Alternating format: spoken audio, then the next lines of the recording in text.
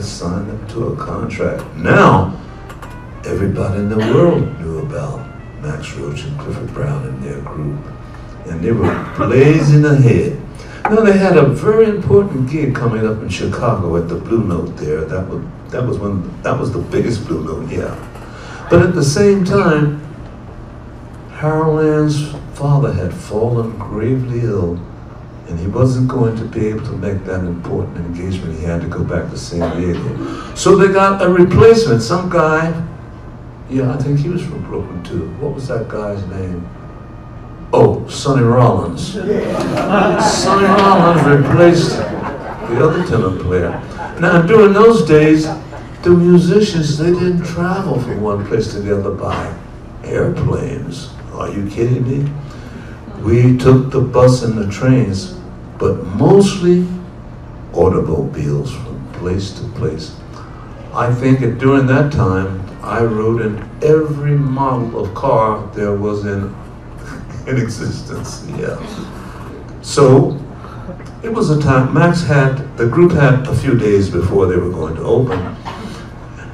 And Max said, well, I think I'll drive out and just kind of relax there a couple of days before we actually play. So Sonny Rollins and George Morrow, the bass player, went with him. Now Richard, the piano player, he had just gotten married and he wanted to stay around Philadelphia as long as possible. Well, Clifford found out about that, and Clifford said, well look, I'll drive and you two can come with me. Now Clifford had just bought a brand new 1955 two-tone green Buick. Yeah. And the reason I remember it is because he gave me a ride in it. So they were going to leave about 3 o'clock in the morning, just a day before they opened. And I was going to be okay, late at night, not much traffic. But when they were about to depart, Clifford said, you know what?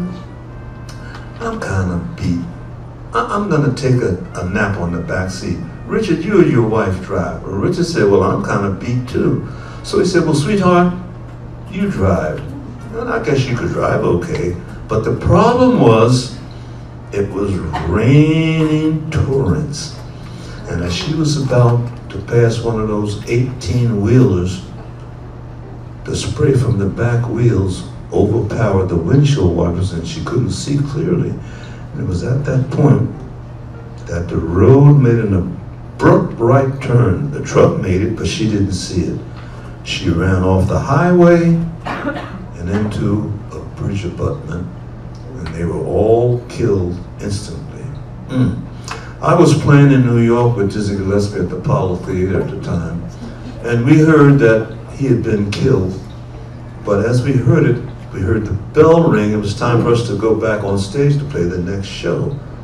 So we didn't know, and with great uncertainty, we didn't believe it. Oh, and nobody called him Clifford in those days. It was Brownie. Brownie can't be dead. You know, you heard Charlie was killed and you saw him the next day on the street. Charlie, I thought you were dead. Ron Carter told me he died twice.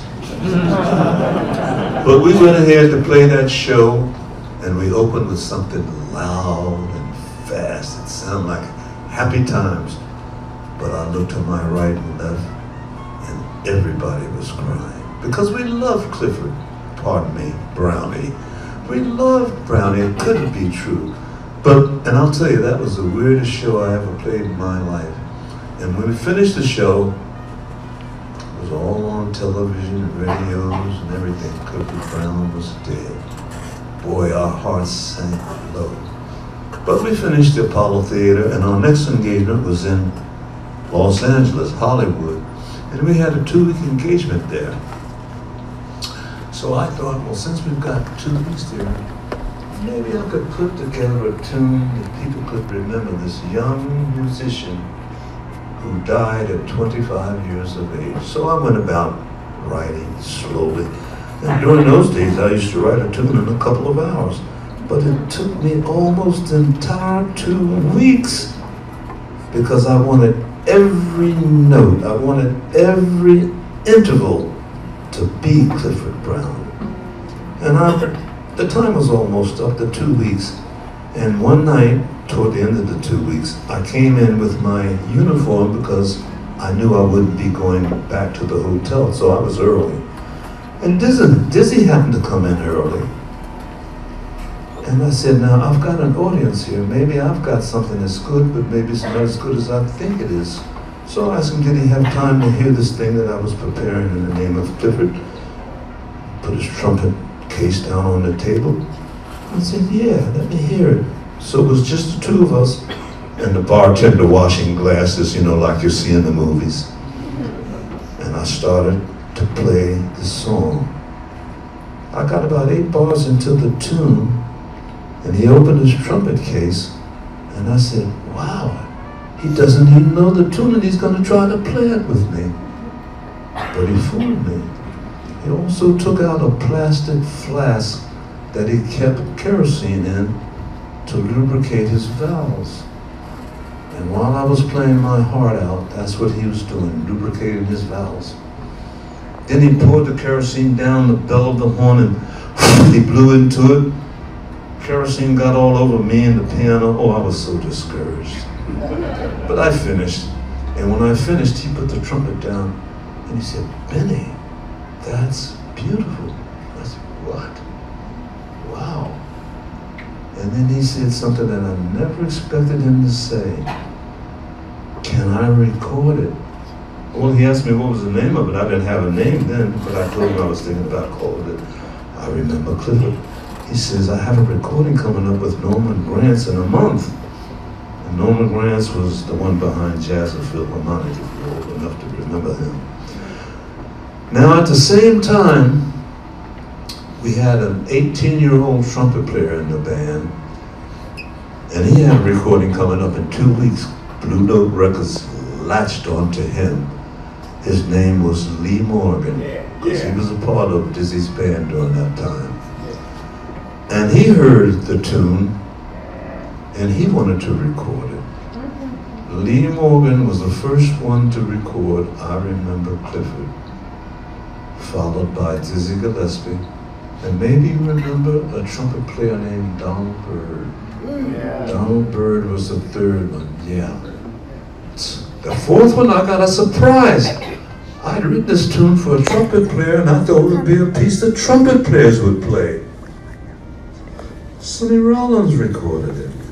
Wow, that was a surprise. Then after that, many people started to record it. That was a surprise, yeah.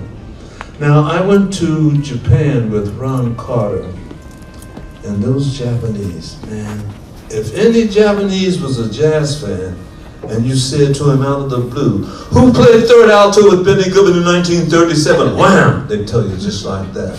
How those guys do that? And then one of this fella, he asked me a question. Mr. Golson, do you know how many recordings there are on I Remember Clifford? I didn't know. I didn't have time to count them. He said there are over 200 recordings on I Remember Clifford. And I thought to myself, wow. A couple of years went by, and somebody asked me that same question in Manhattan.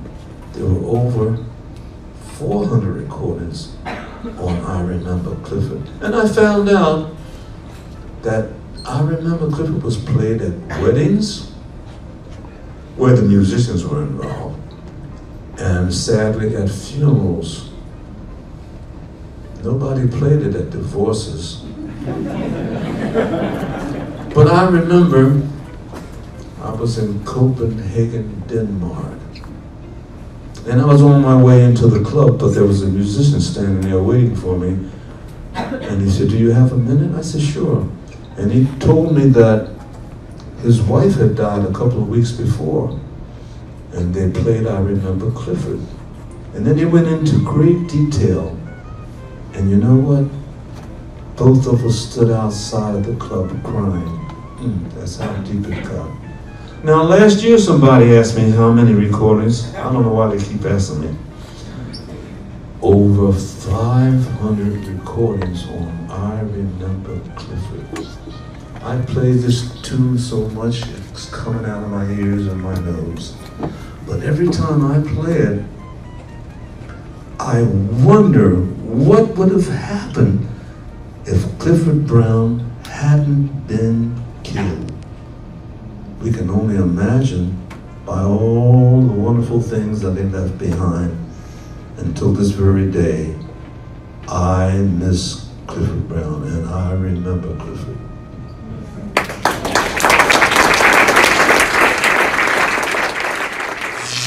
Neon Jazz.